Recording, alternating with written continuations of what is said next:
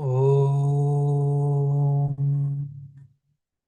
सदाशिवसमारम्भां शङ्कराचार्यमध्यमाम् अस्मदाचार्यपर्यन्तां वन्दे गुरुपरम्पराम्. Dear devotees, hope all of you remember the last class 2 weeks before, whatever we discussed. If you try to remember the sixth sloka or the sixth verse in the previous class, where we try to discuss or understand how the Shankaracharya or how the Advaita Vedanta refuted the Shunyavadins, the nirlish view that everything is Shunya, everything is void, or the absolute reality is what Shunya according to them, based on the experience of Sushupti. In the Avasthatraya, in the three states of existence, based on the Sushupti, deep sleep, they explain that the absolute reality is void or Shunya. So taking the same example, how Advaita Vedantin or Adi Shankaracharya, how he refuted the Shunyavadin's theory or his views, and how he re-established of recognizing the self even in the Sushupti, how we recognize and etc. Now, before going to that, probably I will try to bore you for 5 minutes. I will try to bore you in 5 minutes means I will now, by this time, most of you are ready to assimilate the idea, which is very important idea, which I wanted to tell you before getting into the class or discussing the 7th verse. What is that? When we say, I am the Atman, Aham Brahmasmi, I am the Atman means I and Atman are not two different things. That you have to understand very well. Okay, I am there and Atman, both are one and the same. Means Atman is different and I is different, both are one and the same. No, not like that. When we say I am the Atman means there is no second entity here. I and Atman both are one and the same. How to understand? Just I will give a simple example. Now, I am aware of the time.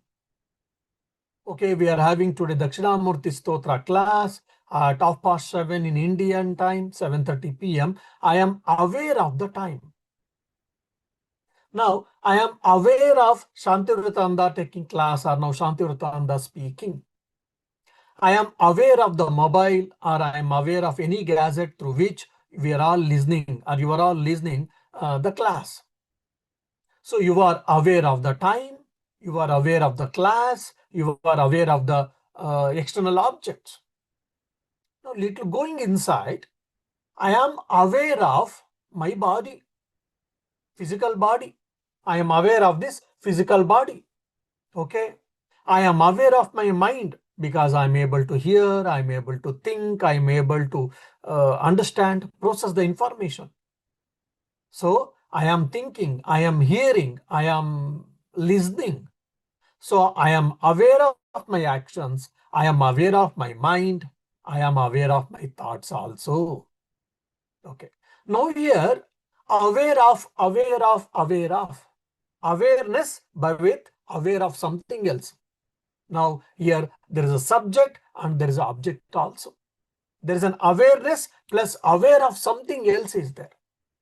Now when I say I am that awareness, I am trying to speak, or Vedanta is trying to tell us that the pure awareness or the awareness in itself. I am that awareness which is called Atman or Brahman in the other thing.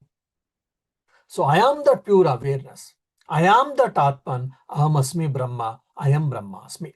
So that is a pure awareness, it is the subject and it is never the object. That you have to understand. So it is not again this awareness, existence and ananda, bliss is not an attribute, not a quality of the self, it is the nature of the self. This also you have to understand. And the 7th verse is a very beautiful verse. This can be taken for the meditation actually. If someone of us want to do Vedantic meditation, there is a devotional meditation, there is a theta meditation, so there are different type of Buddhist meditations. Similarly, there is a Vedantic meditation. Whoever has attended my Aprokshanubhuti class, you can remember there are 8 types of Vedantic meditation we try to discuss. So this particular verse, 7th verse, verse number 7, is a very good shloka, very good verse for the Vedantic meditation. And it is for Atmanusandhana.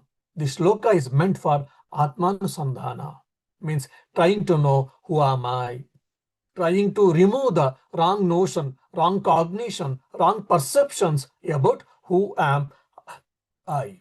Now let us go to shloka. bālyādiṣvapi jāgradādiṣu tathā sarvāsvavasthāsvapi vyāvṛttā su anuvartamānamaham atyanta sphurantaṃ sadā svātmānaṃ prakaṭīkarōti bhajatāṃ yo mudrayā bhadrayā tasmai Shri gurumūrtayē nama idaṃ Shri dakṣiṇāmūrtayē. Just I will give a simple meaning now. Then afterwards we will go in deeply. Beautiful shloka it is. bālyādiṣvapi, even in childhood and other stages of life. jāgradādiṣu tathā, and also in waking and other states. sarvāsvavasthāsvapi, in all other conditions, in all states of being. vyāvṛttā, withdrawn from or separated from. vartamāna, abiding in one's own self. maham iti or aham iti, as I am. sphurantaṃ sadā, shining within always. svātmānaṃ, one's own self. prakaṭīkarōti, reveals or manifesting. bhajatāṃ, one who worships of the devotees or disciples. mudrayā bhadrayā, one who with the auspicious gesture. tasmai Shri gurumūrtayē, to that sacred guru form. nama idaṃ Shri dakṣiṇāmūrtayē, my salutations to that dakṣiṇāmūrti. So this is a simple word to word meaning. Then we will go to the shloka now. Okay. Now here Adi Shankaracharya is describing the Atma Swarupa. Again, if you remember my earlier classes, you should be able to recollect now. The core essence of, or the core teaching of Vedanta has been described in the first 4 slokas actually. In the 5th and 6th sloka, he only refuted other systems of philosophies in a very short form. After doing that, 7th verse, it is only revision. It is only restating whatever has been told in a different way. What is restating? Is restating the nature of the self. When I say nature of the self, means who am I? Again, I means which is self, and I and self both are not 2 different things. Okay. So who am I? So Vedanta gives 2 answers here. At broad canvas, first answer is, I am not the world and its objects. I am not the body. I am not the mind. I am not the intellect. I am not the thoughts. I am not the feelings. And I am not this pseudo-ego. Okay, very well. So Vedanta is telling what I am not, what I am not, what I am not. I am not the objects, the pen or the paper or the soil, water or whatever we can understand. I am not the body and mind, intellect and all. You are saying, okay, what you are not, you are telling, then what you are, kindly can you tell? Vedanta says, yes, I am that eternal self. Existence, consciousness, bliss, absolute. I am that Sachidananda, Sat, existence, Chit, awareness, Ananda, that is bliss. I am existence, consciousness, bliss, absolute. So what I am not? I am not the body, I am not the mind, I am not the intellect or thoughts and feelings, whereas I am the indestructible self, eternal self. Okay. Now that has been told here. Now I will not go by the first word onwards in the sloka. I will start from the third line. Svātmānaṃ, svātmānaṃ, svātmā, svātmā. Atma, you know, Atman, svātmā. Whose Atman it is? Svātma, it is my own self. So svātmānaṃ means this sloka is trying to explain the nature of the self or nature of my own self. So this is my real biodata. Who are you? I am Swami Shantivratananda, Minister in charge of Ramakrishna Vedanta Center, presently residing in Ireland. I may start with my biodata for my transactional reality or a business thing. Yes, but that is not my real biodata. Then what is my real biodata? I am that existence, consciousness, bliss, absolute. That is my real biodata. Why? Because that is my real nature. So that real nature is what? Svātmānaṃ. So my real nature, what is that? My own self, my own real nature. So that's svātmānaṃ. Okay. Sadā antasphurantaṃ. Okay, my own nature, my own self. What happens? Sadā antasphurantaṃ. Always ever shining within. Very important point this is. This Atman is always ever shining within. Now I am active. Okay. I got some, oh my dear, there is a Dakshinamurti Stotra class, it seems maybe quite interesting. Let me go.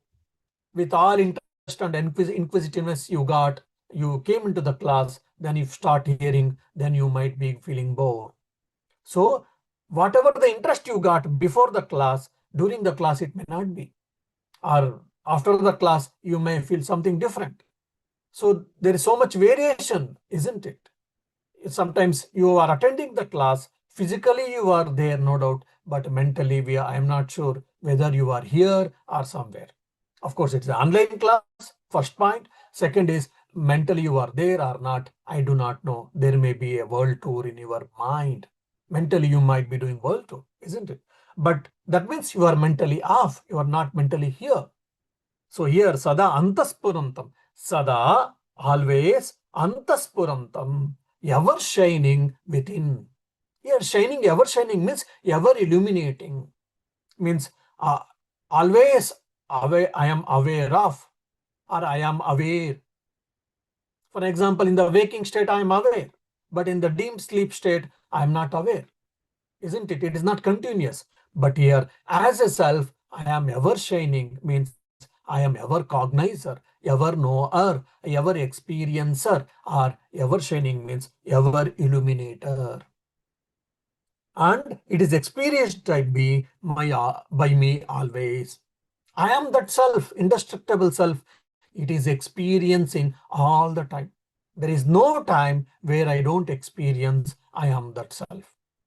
Then you say, oh, if so, then we should have been released people. We are not experiencing it. But yes, the problem is we are so intelligent, and so beautiful, so great people. We are consciously unconscious. I'm using the simple words, which speaks a lot of philosophy. I am consciously unconscious. You are consciously unconscious. You are consciously unconscious of your own self or I am own self. That is what become. That is our nature at right now. That is mental nature. I mean, at the mind I'm saying. But the Adi Shankaracharya is telling Sada Antasphurantaṃ means it is ever evident to myself because I am that. Now, when I went to America, I was experiencing America. But now I am in Ireland, so America is no more experienceable to me. So it is not always experienceable. Now I am in Dublin. Last week I had been to Cork, one of the cities in Ireland. So Cork was experienceable in the last week because when I was there. But now I am in the Dublin, so Cork is not experienceable to me or available for my experience at all the time. Whereas I am that self, or the cognition of the self, the experience of the self is ever evident because that is my real nature.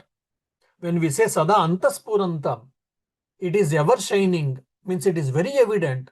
Means what does it mean? That is my real nature. That is my intrinsic nature. When it is my real nature or when it is my intrinsic nature, I cannot get away from that. No one can remove from me that. No one can or nothing can destroy in the world. BrahMos missile, can it destroy that? No. Or any deadly weapon, can it destroy? No.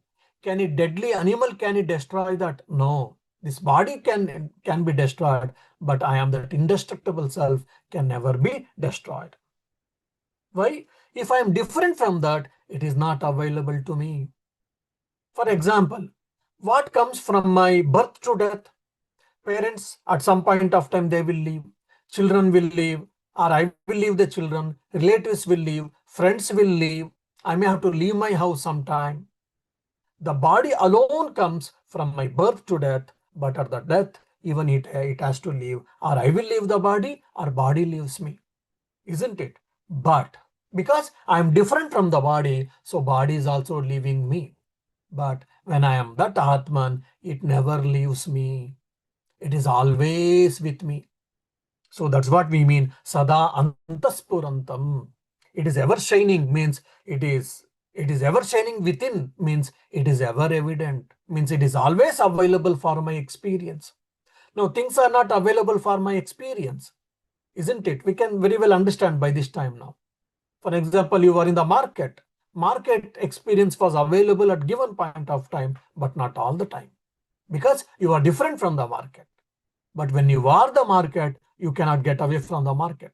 So similarly, sada sphurantaṃ means I am that indestructible self, or my real nature is what svātmānaṃ, that self. So it is always evident. It is always available for my experience. So because I am not different from that, I am that alone. Oh, I am that indestructible self, or I am Sachidananda, that has been given by these two words, svātmānaṃ, sadā sphurantaṃ. Sphurantaṃ means shining, experienced, evident, accessible, recognizable. So many variations of meaning is there. So when the self is experienced, means when the self is experienced, at the waking state or at sleep state or during meditation or during work time. No, it is experienced at all given point of time. There is no time where you don't experience the self. There is no time where I experience myself, because that is ever evident. No one can question it. No one can negate it, because it is like as good as saying that I don't exist. To say that I don't exist, I have to exist, which is tautology. Okay. So when this self is experienced, it is experienced all the time. There is no time where the self-experience is not there. Okay. Where it is experienced, if you ask, it is experienced in the body-mind complex. That is very clearly Advaita Vedanta says. To be aware of awareness, you need a object. But otherwise, without an object, awareness exists. But to be aware of awareness, then you need an object, or you need a reflecting medium called mind. That you have to be very clear. So when it is experienced 24 hours into 365 days, eternally, where it is experienced in the body and mind. It is experienced mainly with mind, started with mind, and it can be reflected in the body also. Not in anywhere. Okay. Every experience, every perceptions, every action, every feeling, every thought process presupposes this consciousness which we are not aware. Without this self, no experience is possible. That's what Adi Shankaracharya is telling. So try to find out that who am I? Where? In every action, in your every action, in your every perception, in your every experience, I am that available. I is available. I means what? Not the ego. I is referring to that self-indestructible self. But we take I for the body. Sometimes we take I for the mind. Sometimes we take I for the ego. Sometimes we take I, we consider I for the feelings or emotions or whatever. So the Vedanta is trying to correct us. Don't think I as body, mind, thought, emotion, or whatever. I means here indestructible self, or pure awareness, pure existence, pure consciousness. Okay. Now, so now Adi Shankaracharya is telling that svātmānaṃ sadā sphurantaṃ. I am, my own nature is what? The self, and it is available all the time. Where? In the body-mind complex. When you say that, how do you say that I am always ever experiencing I am that self? Already I gave an example. Now the Adi Shankaracharya is giving very systematic answer for that. Atmanubhavaha. Before going into the sloka, one or two important points I want to tell you. Atmanubhava, experiencing the self, is not an event. We have got an event. For an example, a Kumbh Mela is an event. Or for an example, there's a fair in our village or in the city. It is an event. Festival, there's an event. Housewarming ceremony in your house, it is an event. Birthday party is an event. But self-realization or the mukti or the moksha is not an event according to the Advaita Vedanta. Why? It is not a particular experience happening or occurring at particular time. Now, you were so happy during the birthday party, or your children, or my children, or some XYZ children, they were very happy during the birthday party. So that happiness experienced was very particular during the birthday party. Or there was a prize winning ceremony, then I was very happy. Why? Because I was awarded with some prize. So this is an event. All my experience is particular to that event, but Atmanubhava, I am experiencing the self. So that is not an event. Okay. And this experiencing the self is not an achievement, or it is not a process, or it is not achieved through any effort. Through process. For example, we all know that how we get a copper, how we get iron. In our school days, we have studied. Okay, we take the iron ore, for example, add to that some chemicals, or then in the furnace, you heat it to the 1000 Kelvin or whatever. Then all the impurities are removed. Then that molten iron is shifted to some other vessel or whatever. Then desired shapes, we get the things. So there is a process through which you get a pure iron. Similarly, copper or even gold or any metal, for most of the metals, we have to do the process through which we get the pure metals. So like that, our moksha or mukti is not attained, or the self-realization is not attained through any process. If you remember, quoting the Bridhanyaka Upanishad, I had told, Atmajnana doesn't come under these four categories. Apya, samskarya, vikarya, utpadya. Utpadya, manufacturing. Now we manufacture iPhones. Like that, mukti or moksha or atmajnana is not manufacturable. Apya, I did something, I attained it. I studied for a few years, I attained master degree. I attained post-graduation degree. I achieved PhD, doctorate in philosophy. Like that, moksha or mukti is not achievable, attainable. Apya, utpadya, over. Samskarya. So, okay, I got up early morning and I took a bath and I got freshened up. My body got freshened, so I got freshened up. I removed all the dirt. So similarly now, and vikarya is like modification from milk to curd. So like that modification. So the moksha or mukti or atmajnana doesn't fall under any of these four categories. So we are struggling to experience who am I. I am struggling to attain mukti. We are struggling to attain brahmajnana. We keep saying that. No doubt. It is a limitation of intellect or limitation of the language or our understanding, no doubt. But Advaita Vedanta says, if you say that, my dear, that means you need more Shravana. You have to hear the Vedanta properly. You have to do systematic study of Vedanta, which is not enough. Why? Moksha or mukti is not attainable. If you want to attain something, that means you are not. When you are already, then you can't attain it. There is no need of attainment. Then you say, Swamiji, you are confusing us. Wait, you are confusing us. Then why are we attending this class? Why we are supposed to do japa, meditation, all spiritual practices and whatnot? Why all that? It is only to remove the wrong cognition or wrong notion which is in our mind actually. So bandha and mukti, bondage and liberation, both are in our mind. Both is for our mind, not for the self. Self was never in bondage and self is never in bondage. Self will never be in bondage actually. So bandha and mukti, both are for our mind and mind actually, not for the self or Atman. So Advaita Vedanta is telling very clearly, all our process is what? Removing the dirt, which is ignorance in our mind actually. So why are you attending Advaita Vedanta class? Or why are you trying to listen to this Dakshiṇāmūrti class? To remove the wrong cognition that I am the body, I am the mind, I am the intellect, I am son of so-and-so, I am daughter of so-and-so, wife or husband of so-and-so, I am the CEO of a company. All these attributes belong to my body and mind, not for myself. So that there is a confusion. That confusion has to be cleared. For that, we should study Advaita Vedanta and we should hear Advaita Vedanta class or study. Okay. When we say that I am that Atman, svātmānaṃ, sadā sphurantaṃ, what happens? That is my real nature. No one can remove it. Nothing can destroy it. And it is always available.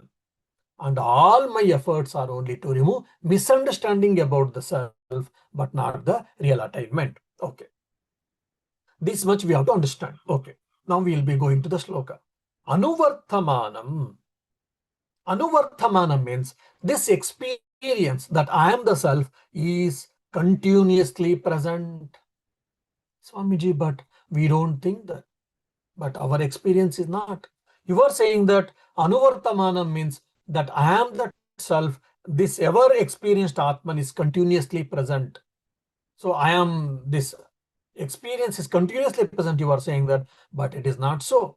When we hear Vedanta class, when we read Vedantic books, well, we may think that I am the Atman, but other times we don't. Though we may wish, but we are not. Either we are forgetting it or we are not able to think that I am the Atman, rather I am thinking I am son of so-and-so, wife of so-and-so, or with relationships I get attached, or with my body and mind I am attaching. Then how can you say that I am this ever experienced Atman is available continuously at all times? If you ask, then we will tell. Anuvartam means to be continuously present, in and through, or to permeate or to inform. Okay. Now when I say that this experience of Atman is ever present, when you say when, where, how, this question may come, or if not, it should come. I am that Atman. That experience is always there, but we don't think. Now Adi Shankaracharya is telling it is there. Anuvartamānaṃ. This ever experienced Atman is continuously present. They are saying how, where, when. If you ask, then we will tell. Vyāvṛttāsu avasthāsu. In and through all the discontinuous states. Okay. Now we will go to Anuvartam. Anuvartam is continuous. You understand. Okay. Vyāvṛttā means discontinuous. So they are opposites. Anuvartam, the self nature is what? Anuvartam, which is continuously available, and the other states of experience is vyāvṛttam, which is discontinuous. So vyāvṛttāsu avasthāsu. Vyāvṛttam, you understood, which is discontinuous, means which is not available at all times. So this vyāvṛttā is an adjective for avastha. What is avastha? Avastha means state. It is a word which has got a lot of meanings. Now we shall try to see.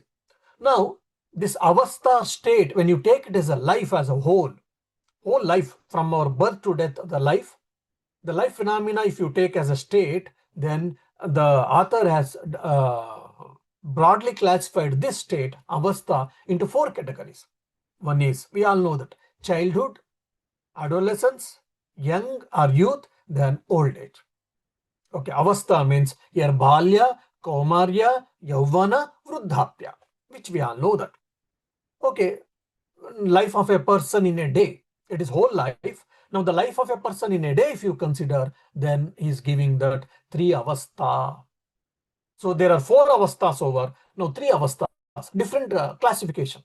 3 avastha means what? 3 states of experience. There 4 stages of life. Here 3 states of experience. What is that? Jāgradādiṣvapi, waking state, which we are here mostly. I think you are all in Jagrat. You are all awake and no one has having gone to dream. Otherwise, swapnavastha, dream state. Then sushupti, deep sleep state. Okay. Then based on a mood, we can say that I am happy. My mood, I am happy. I am feeling happy. Or I am feeling morose. I am feeling sorrow. I am feeling I am agitated. I am feeling I am pleasant. But actually what you should tell, now we will try to understand. Then I am poor. Oh, I am rich. I am middle class family and all. Like this, you can keep on say different states actually. Or I am healthy. I am sick. I've got a cold. I've got a headache. So that is also state of my body. I am happy, unhappy, morose. I'm giving the state of my mind. When I say I am poor, rich, middle class, I'm telling about my economical state. So like this avastha means state, which can be, all our things can be bought in this one simple word, avastha. Okay. Now, bālyādiṣu avasthasu, the first word in the first line of the 7th verse, means bālyādiṣu, bālya adi avasthasu. Avastha means here stages of life, bālyādiṣu, bālya and etc. What are the etc? 4 stages totally. Bālya, childhood, then kaumarya, adolescent, yauvana, youth, and vruddhapya, old age. Okay, what happens? Now, in my childhood, I had an experience, I had a notion of myself, who am I or what I am, something like. And had an experience of the world, and I had some knowledge of the world, knowledge of my parents, knowledge of my relatives, knowledge of my friends, knowledge of the world and its objects and all, including myself. Okay. Then when I came to adolescent age, my perception, my experiencing about myself, about the parents and the relatives and the friends and the society and the world keeps on changing, keeps on evolving, keeps on becoming better or worse, whatever. Then when I'm young, again, all these things changes. My body has changed. My mental conditions have changed. My thoughts have changed. My perceptions have changed. My experience of things have changed. My knowledge of the world and its objects and relations are changing. Okay. In the old age, about myself, about my relatives, friends, world and its objects, I've got a different experience. Now, from my childhood to the old age, if you see, my body has changed. My mind has changed. My feelings and thoughts have changed. My relationships have changed. My understanding about everything has changed. But the awareness, which is aware of all these changes, has not been changed. And that awareness is available at every stage. Now, for an example, when I was in my childhood, other stages were not available for me. When I grow, I will become adolescent. When I grow, I will become young. At some point of time, I will become old. I know that, but when I was in my childhood, other stages were not available. When I went to adolescent or young, again, other stages are not available. Childhood and adolescent went back. It went back. We have finished it. We have lost it. Now I am young. I am a young person.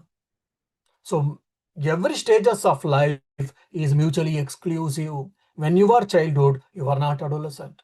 When you are in adolescent, you are neither child nor young. When you are young, neither of three. When you are old, neither childhood, neither adolescent nor young. This we very well understand. So mutually, vyāvṛttasu, they are exclusive in nature. Okay. Then same thing with the 3 states of experience. I am in waking state. When I am in waking state, I cannot experience deep sleep or dream state. When I am in dream state, neither I can experience waking state nor the deep sleep state. When I am in deep sleep state, neither I can experience dream or waking state. So again, vyāvṛttāsu means all the three are mutually exclusive. One is that, and second is there is no time where one state is constantly available. Some is more, something is less, that's fine, but it is not available at all given point of time. But I am aware of my waking state, I am aware of my dream state, I am aware of my deep sleep state. So, but I am existing in all these three states. Now you can understand very clearly. Anuvrittam means what? Continuous. Okay. Then I'm happy. When I'm happy, I cannot be unhappy. When I'm unhappy, I cannot be happy. When I am poor, I am not rich. When I am rich, I cannot be poor. Isn't it? Now you see every state, either with health condition or with my mental condition or my economical condition or my stages of life or states of experience, when my body mind is at one state, others are not available for me. So they are mutually exclusive. Vyāvṛttāsu. But I, the experiencer, is available in all stages. That is what anuvrittam. That's what we are telling it. Okay. But now I am the waker in the waking state. I am the dreamer in the dream state. I am the deep sleeper in the deep sleep state. So what is constant? I am. So hold on to that I actually. So without that I cannot experience waking state, nor dream state, nor deep sleep state. So this is, we have to be very clearly understandable. Okay. And also, even we can say that even dashas in now astrology is becoming very famous, and astrology teachers are becoming very famous in India and elsewhere. Oh, I have got a Shani Dasa. So the Saturn planet is in particular house. It is in a 7th house. I've got Sadhi and I've got a lot of problem. Oh, it is in 9th house. So it is very good, auspicious. I'm getting all the positive benefits. My Guru Dasha is going on well, so that my studies are going well, my spiritual practice are going on well. Rahu Dasha, Ketu Dasha, like that we keep on speaking. That is also called state actually. All of them are states, avastha. But all of them belong to my body and mind, not to me actually. Earlier I was saying, I am angry, don't talk with me. Now you should start telling that my mind is angry, my mind is in angry condition. I am angry. No. Of course, for conversation you may say that, but in the heart of heart, now you should start telling that, you should be able to tell, you should start telling that my mind is in angry condition. There's a mental condition. There's an emotion. That is a feeling, and even it is a thought actually. So my mind is in angry condition, angry state, but not I. I am that pure awareness.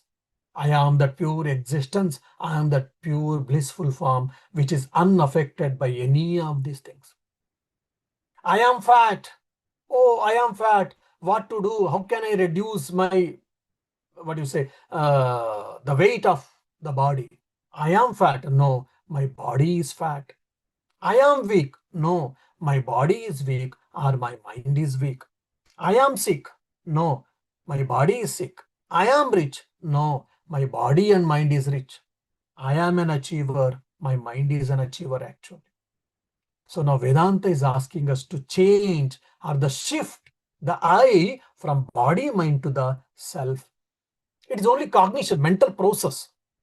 I am, whether you shift it or not, when you say I, actually there is a self always, but only because of wrong notion, wrong cognition, this I has been shifted intellectually, mentally from the self to the body and mind. So the Advaita Vedanta is asking us to re-recognize. That is what Advaita Vedanta does actually.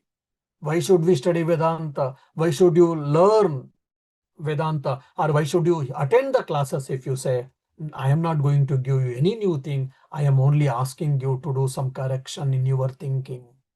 I means here Advaita, only whatever Advaita Vedanta says, I am trying to tell. So what Advaita Vedanta is trying to tell us, oh my dear, please try to correct in your thinking, try to correct in your understanding.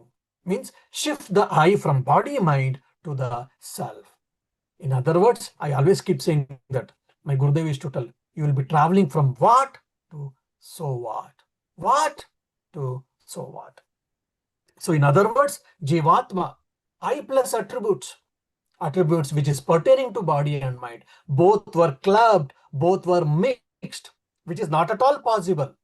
In the Adi Shankaracharya in the Brahma Sutra Bhashya, it tells Tama Prakashavat, light and darkness both are coexisting, which is not possible, but still it is a fact. That's why Swami says Maya is a statement of fact. So this I plus attributes, which is pertaining to body and mind, both are mixed, nothing but that's what the bondage or ignorance. So Advaita Vedanta is asking us to separate it. I, the self, and whatever other things are there, everything is what object. I am the subject and everything is object.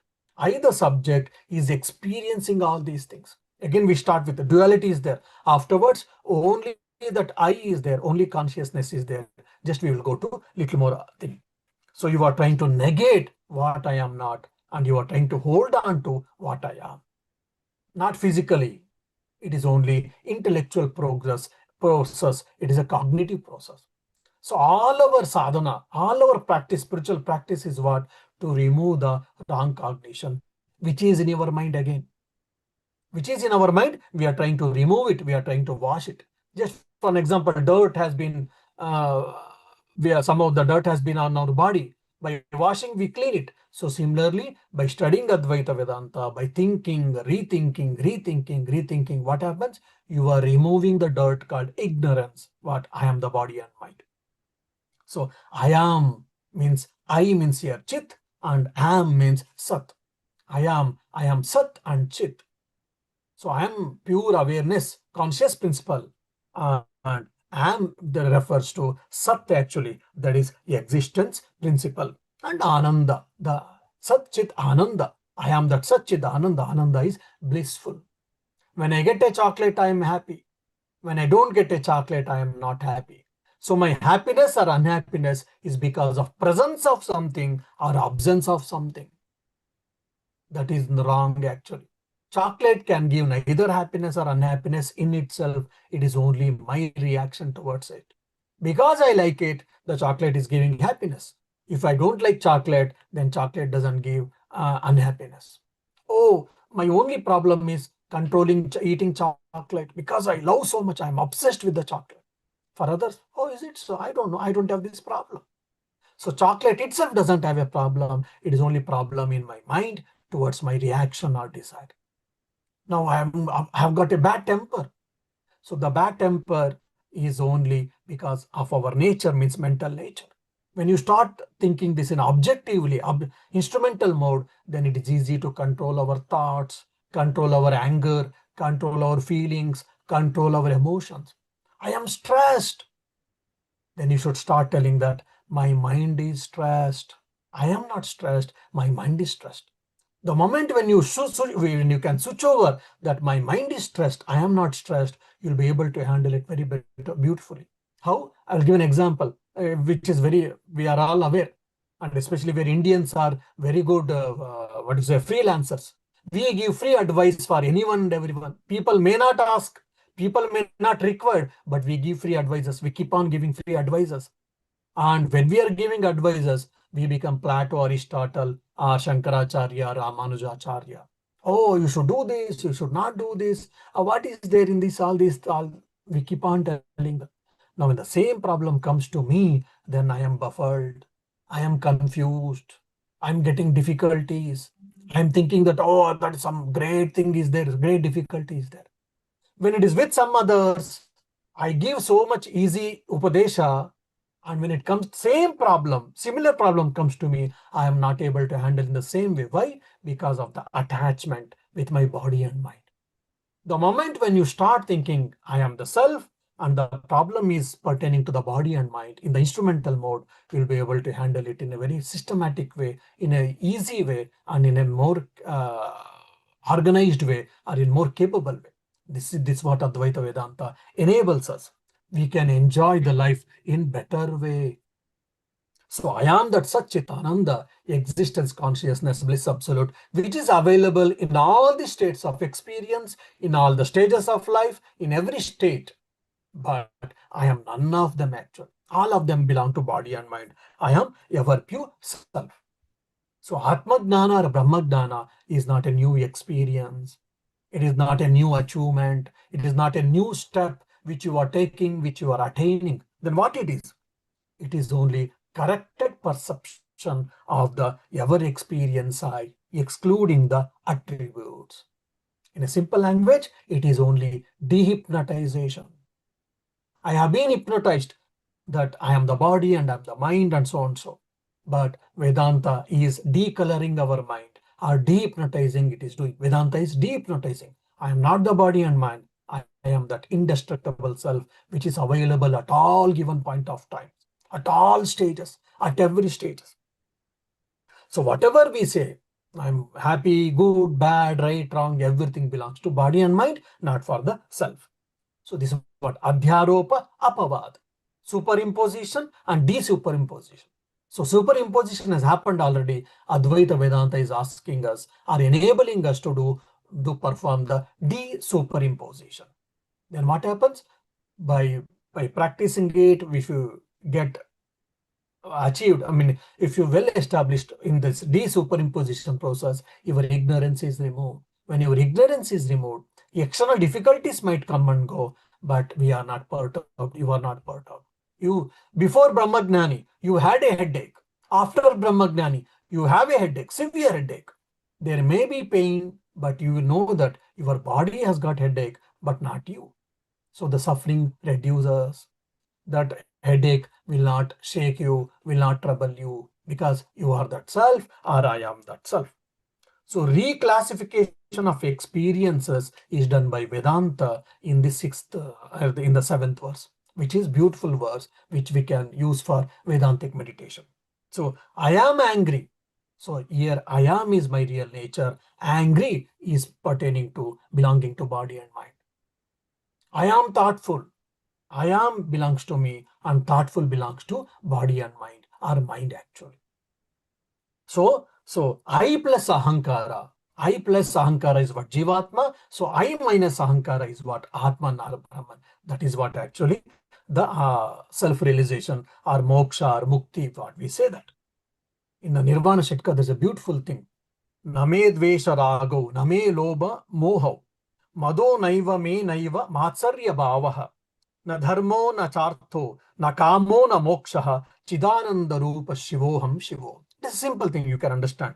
Name dvesha rago. I am not the dvesha, hatred, rago, attachment. Name lobha moha. I am not that lobha, ostentation or moha, delusion.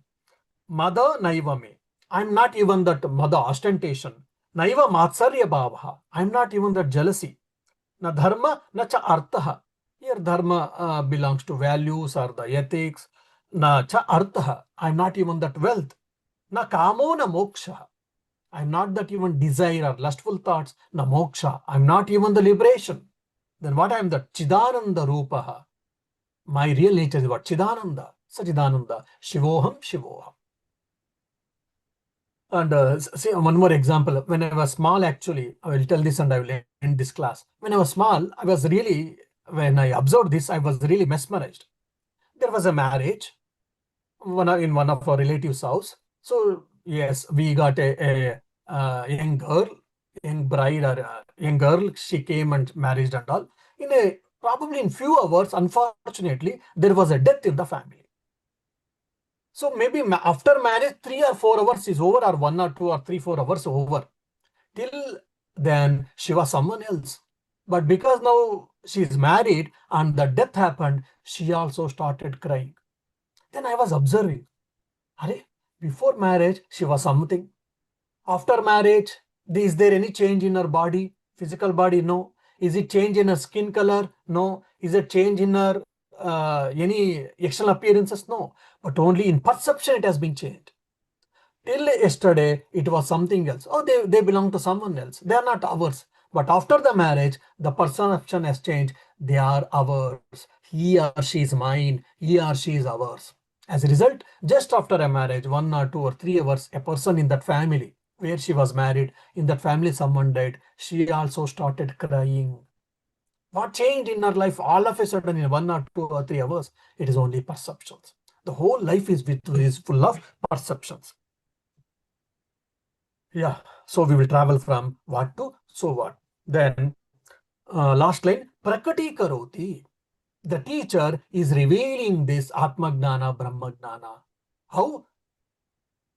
Or is teaching. Here, prakaṭīkarōti reveals manifest, is actually teaching, is instructing. Dakshiṇāmūrti is instructing the disciples this great Advaitic truth. How? Or for whom? For whom? Bhajatāṃ. Bhajatāṃ means to the worshippers. Means to the spiritual seekers, sincere seekers who are wishing to have this knowledge, self-knowledge, or the Vedantic knowledge. How the teacher is instructing? How Shantivratananda is instructing Advaita Vedanta? He is giving a talk, he is giving a sermon, he is giving a discourse.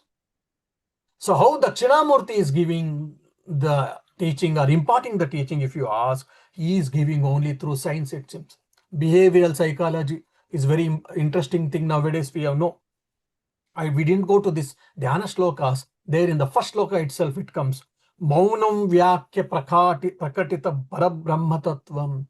Dakshiṇāmūrti is manifesting the parabrahma tattvam, the knowledge of the Supreme Self. How? Maunam vyakya.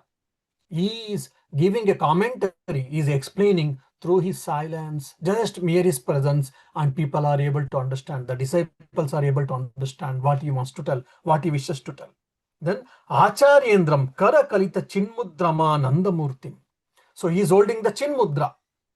So the Chin Mudra now he is telling. So Dakshiṇāmūrti Bhadrayā mudrayā.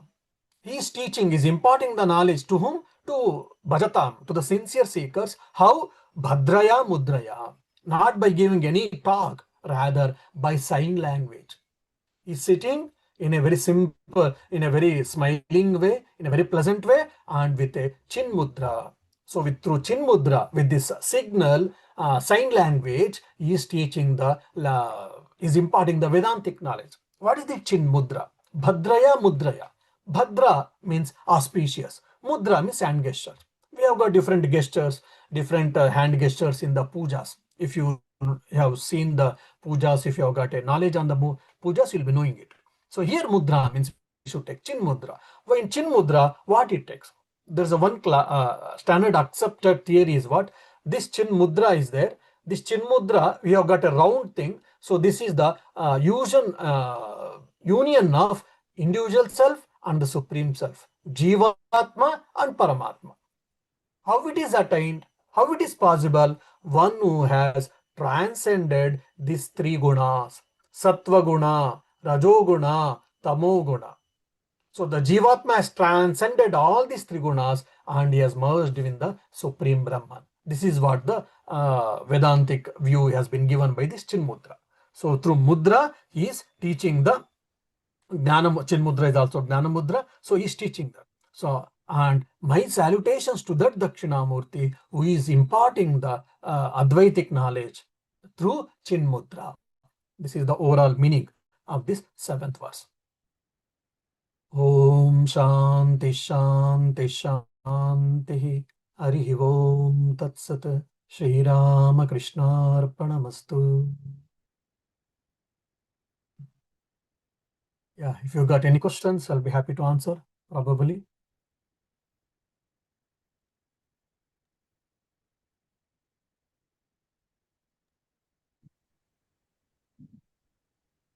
Swamiji, Hmm?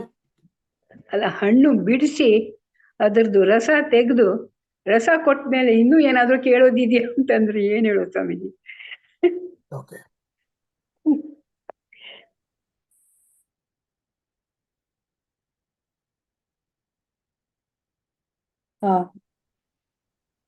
I'm yet to continue other episodes, Swamiji. Probably after that, I will be able to get something out of it. I understood what you said right now, and I've just followed 2 episodes of Dakshinamurti, the previous ones. I need to follow more, so it will take some time. It's available on YouTube. It is available on YouTube. Whenever you find time, you can. That I'm doing that. Even Prashna Upanishad also, I followed almost 7. And so slowly I'm going, instead of going it fast, because Yes. yes.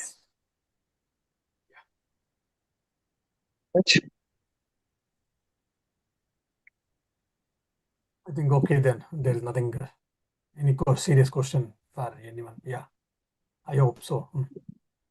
Maharaj, can you hear me, Maharaj? Yeah. Pranam, Maharaj. Namaste. Maharaj ನಾನು ಸ್ವಲ್ಪ ಕನ್ನಡದಲ್ಲಿ ಹೇಳ್ತೀನಿ, ಇಲ್ಲ English ಅಲ್ಲೂ ಹೇಳ್ತೀನಿ ಒಂದೊಂದ್ಸತಿ. Maharaj, I don't feel, ಅಲ್ಲ sir Maharaj, ಇದು right forum ಈ ಕ್ವಶನ್ ಕೇಳಕ್ಕೆ ಅಂತ ನನ್ಗೊಂದು ಅನುಮಾನ ಇದೆ, ಆದ್ರೆ ಕೇಳ್ಬಿಡ್ತೀನಿ ಮಹಾರಾಜ್. ಮಹಾರಾಜ್, ನಾನು ನಿಮ್ದು ಸೆಷನ್ಸ್ ಎಲ್ಲ ಕೇಳ್ತಾ ಇದ್ದೆ Maharaj. One question Maharaj, the whole manifestation,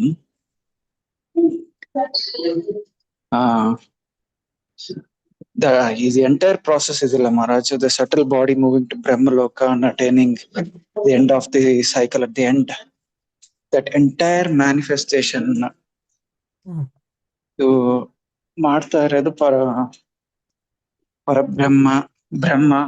Brahma himself ಅಂತ ಒಂದು ಅಂಡರ್ಸ್ಟ್ಯಾಂಡ್ಮೆಂಟ್ ಇದೆ. ಆದ್ರೆ ನಾನು ಸದ್ಯಕ್ಕೆ ವಾಲ್ಯೂಮ್ 1 ಅಲ್ಲಿ ಮಹಾರಾಜ್ ಸ್ವಾಮಿ ವಿವೇಕಾನಂದರವರು ಹೇಳ್ತಾರೆ, ದೇವ್ರಿಲ್ಲ ಅಂತ ಒಂದು ಇದ್ರಲ್ಲಿ ಬರುತ್ತೆ ಮಹಾರಾಜ್. ಇದು ರಾಜಯೋಗ ಸೂತ್ರದ ಎಕ್ಸ್ಪ್ಲೈನ್ ಮಾಡ್ತಾ ಇರುವಾಗ ಅಲ್ಲಿ ಜಸ್ಟ್ ಒಂದ್ ಲೈನ್ ಹೇಳ್ಬಿಡ್ತಾರೆ ಮಹಾರಾಜ್. ಸೊ ಈಗ ಈ ಮ್ಯಾನಿಫೆಸ್ಟೇಷನ್ ಎಲ್ಲ ಪರಬ್ರಹ್ಮ ಮಾಡ್ತಾ ಇದ್ದಾರೆ. ಇಟ್ಸ್ ಆಲ್ ದ ಪರಬ್ರಹ್ಮ ಸ್ವರೂಪಂ. ಎಂಟೈರ್ ದಿಸ್ ಮಾ ಇಸ್ ಪಾರ್ಟ್ ಆಫ್ ದ ಪರಬ್ರಹ್ಮಂ ಅಂತ ನಾವು ಅರ್ಥ ಮಾಡ್ಕೊಳಕ್ಕೆ, ಆದ್ರೆ ಅವ್ರಿಗೆ ಏನು ರೂಪ ಇಲ್ಲ. ಅದ್ ಹೆಂಗ್ ಅರ್ಥ ಮಾಡ್ಕೋಬಹುದು Maharaj? Okay. See, yes. Now 2-3 questions here. Your question has got 2-3 questions there. First and foremost, how to understand this Parabrahman or the self doesn't have any form. Which can have a form? Only objects can have a name and form. Nama and Rupa, which we say in Sanskrit. When a thing can have a Nama and Rupa, only it is in manifested, or rather, in the simple language, if anything is an object, only an object can have a name and form.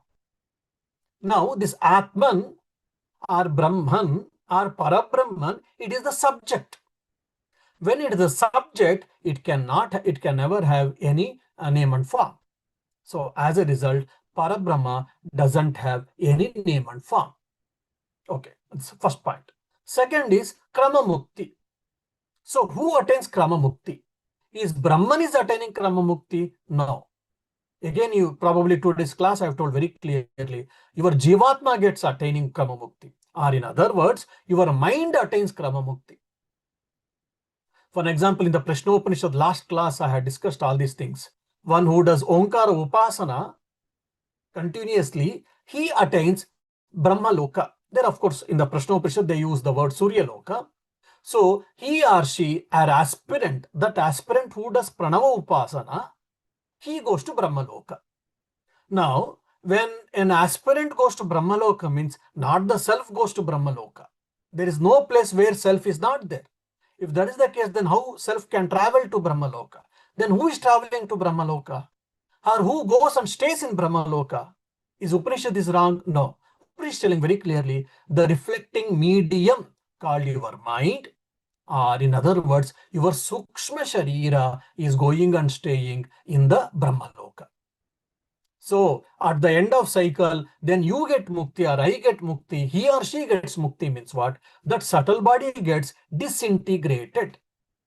So, thus bandha and mukti, both are for the mind, for the subtle body, not for the self. This you have to be clear. Now, the highest, now still Advaita non-dual, but still we are speaking of Jivatma and Paramatma, or Deha and Atma. Yes, But at some point of time, we tell only consciousness and consciousness alone exists. When you accept that, then there is no question of bandha, there is no question of mukti, there is no question of suffering, there is no question of all these things. When you take for granted, or when you consider all these dualities or dualistic experiences, then we get these questions. So we should not mix all of these things. You are speaking of Advaita Vedanta, only Atman is there, then why am I suffering? When you say that you are the self, then where is the question of suffering?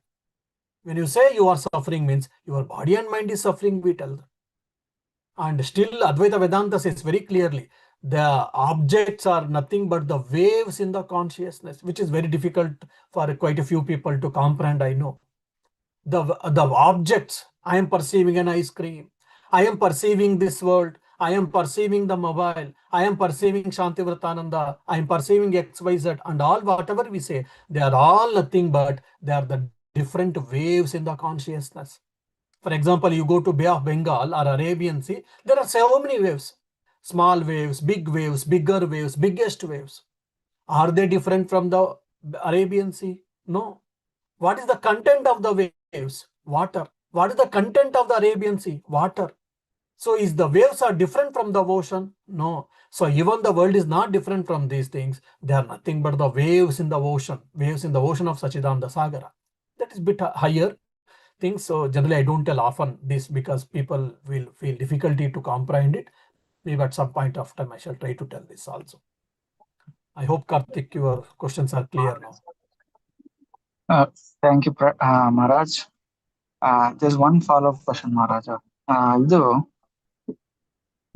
ನೀವು other school of thoughts ಬಗ್ಗೆ ಒಂದು point ಬಂತು, ಅದ್ರ ಬಗ್ಗೆ ಒಂದು ಕೇಳ್ಬೋದು, short one ಇದು. So ಈಗ ಈ gurus in other school of thoughts, I'm sure they would have attained the highest consciousness through whatever the process they have chosen. But my question is again, they have discovered the dual path. A few of them discovered dual path, and others have discovered the other paths. But at the end, all path leads to one destination. But there was confusion there. Why they were into that path or thought process ಅನ್ನೋದನ್ನ ಕೇಳ್ಬೇಕು ಅಂತಾರೆ. Even though they have attained the highest consciousness there. Yeah, from the mukti point of view, it may be right, but any school of philosophy will not accept. Because like traditionally, if you take any school of philosophy, they don't accept other school of philosophies. If they accept, then they cannot independently, what you say, establish their school of philosophy. To establish a school of philosophy, they have to do two things. One is they have to give their philosophy clearly, and also they have to refute other philosophies. Otherwise, people will say, oh, there are already philosophies, existing philosophies. Why you are bringing your own philosophy? What is the requirement? They will ask it. So for that, you have to prove yourself and you have to refute other philosophies. So these are philosophical approaches. At right now, at your understanding this much, you keep it. Then little more understanding, little more you go deeply. Then I will tell a little deeper answer for that. Yeah. Thank you. Yeah. Okay, Jai Ram Krishna.